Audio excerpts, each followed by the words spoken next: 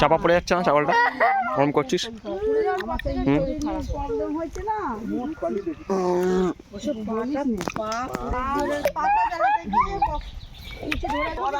আর সেই প্রস্রাবের যন্ত্রণা আরম্ভ হইলো।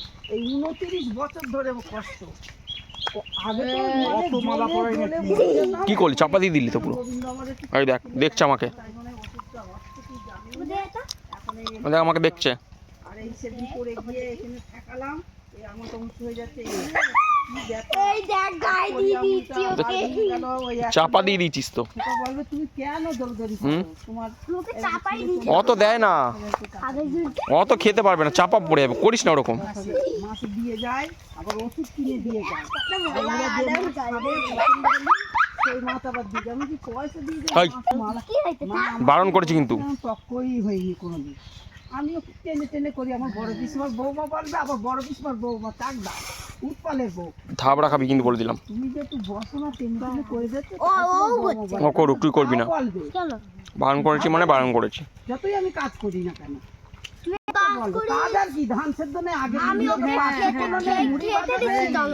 ওটা কে বলতো, ওটা কে বল। বাবা আমার শ্বশুর বাড়ি গুড়ালি দিয়ে এরকম করে ডাল বারণ করেছি কিন্তু।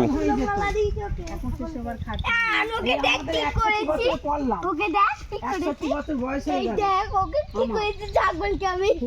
45 ফুকায়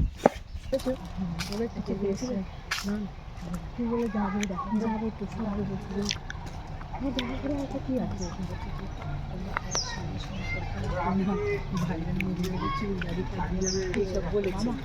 মামা বলেছি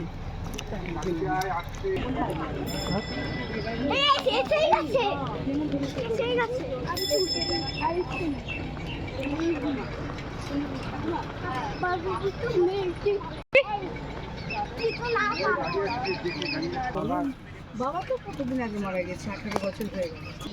দাদু